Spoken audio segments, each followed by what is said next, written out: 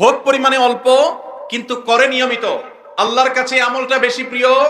সেই আমলের তুলনায় যে আমল একসাথে অনেক করা হয় কিন্তু পরে আর করার কোনো খবর নেই। কেউ রমজানে কোরআনে কারীম 2 খতম দিয়েছেন, মাশাআল্লাহ, কেউ 3 খতম দিয়েছেন, কিন্তু রমজানের পরে কোরআনে কারীম 3 খতম 2 খতম 1 খতম দেয়া তো দূরের কথা, পরবর্তী রমজান পর্যন্ত আর কোরআনটা ছুঁয়ে দেখা হয় না, খুলে পড়া হয় না, তেলাওয়াত করা হয় না, 1 পৃষ্ঠা পড়ার সুযোগ হয় না। তাহলে এই 3 খতম 2 খতমের চাইতে রমজানে কেউ যদি 1 খতম কোরআন দেন অথবা তার চাইতে কমও কোরআন তেলাওয়াত করেন, কিন্তু রমজানের পরে সেই কোরআন দিনে হয়তো 2-5 পারা পড়তে পারেন না, কিন্তু 1 পৃষ্ঠা হইলেও পড়েন, 2 পৃষ্ঠা হইলেও পড়েন, তার দৈনন্দিন রুটিনের মধ্যে কোরআন তেলাওয়াত থাকেই থাকে।